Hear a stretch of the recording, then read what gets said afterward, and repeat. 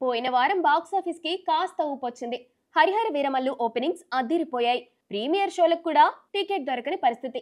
Animation movie Mahavatar Narasimha అనూహ్యంగా నిలదొక్కుంది. ఆదివారం హైదరాబాద్ లో అన్ని షోలు హౌస్ఫుల్సే. పిల్లలు ఈ సినిమా చూడ్డానికి తెగ ఎగబడిపోయారు. హిందీ సినిమా సయారా కూడా మల్టీప్లెక్స్ల్లో ఆదరణ బాగుంది. మొత్తానికి జనాలు థియేటర్లకు రావడానికి ఆసక్తి చూపిస్తున్నారన్న విషయం అర్థమైపోతుంది. ఈ వారం కింగ్డమ్ రూపంలో మరో క్రేజీ సినిమా వస్తుంది.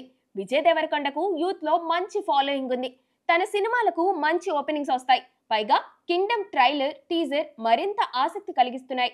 సినిమా జానర్, సెటప్ కొత్తగా అనిపిస్తున్నాయి. విజయ్ తో పాటు నిర్మాత నాగవంశీ ఈ సినిమాపై చాలా నమ్మకంగా మాట్లాడుతున్నారు. అన్నీ కుదిరితే అర్జున్ రెడ్డి, గీతా గోవిందం తర్వాత అంతటి విజయాన్ని విజయ్ ఈ సినిమాతో దక్కించుకునే అవకాశాలు కనిపిస్తున్నాయి. బుధవారం నుంచే ఈ సినిమాకు ప్రీమియర్లు పడే అవకాశం కనిపిస్తుంది. ఈ సినిమాతో పాటుగా డబ్బింగ్ బొమ్మ సార్ మేడం విడుదలకు సిద్ధమైంది. విజయ్ సేతుపతి, నిత్య మేనన్ జంటగా నటించిన ఫ్యామిలీ డ్రామా సినిమా ఇది. ట్రైలర్ కూడా చాలా ఇంట్రెస్టింగ్ గా కనిపించింది. విజయ్ సేతుపతి సినిమాలకు తెలుగులో మంచి ఆదరణ వస్తుంటుంది. పైగా నిత్య మేనన్ తెలిసిన అమ్మాయే, తనకు ఫ్యాన్ ఫాలోయింగ్ ఉంది. ఇక్కడ పాండిరాజ్ దర్శకత్వం వహించిన ఈ చిత్రంలో యోగిబాబు ఓ కీలక పాత్ర పోషించాడు. యోగిబాబు కామెడీ టైమింగ్ బాగా కుదిరినట్టు ట్రైలర్ లో అర్థమవుతోంది. ఫ్యామిలీ డ్రామాల్ని ఇష్టపడే వాళ్లకు ఈ వారం సార్ మేడం మంచి ఆప్షన్ అయ్యే అవకాశాలు కనిపిస్తున్నాయి.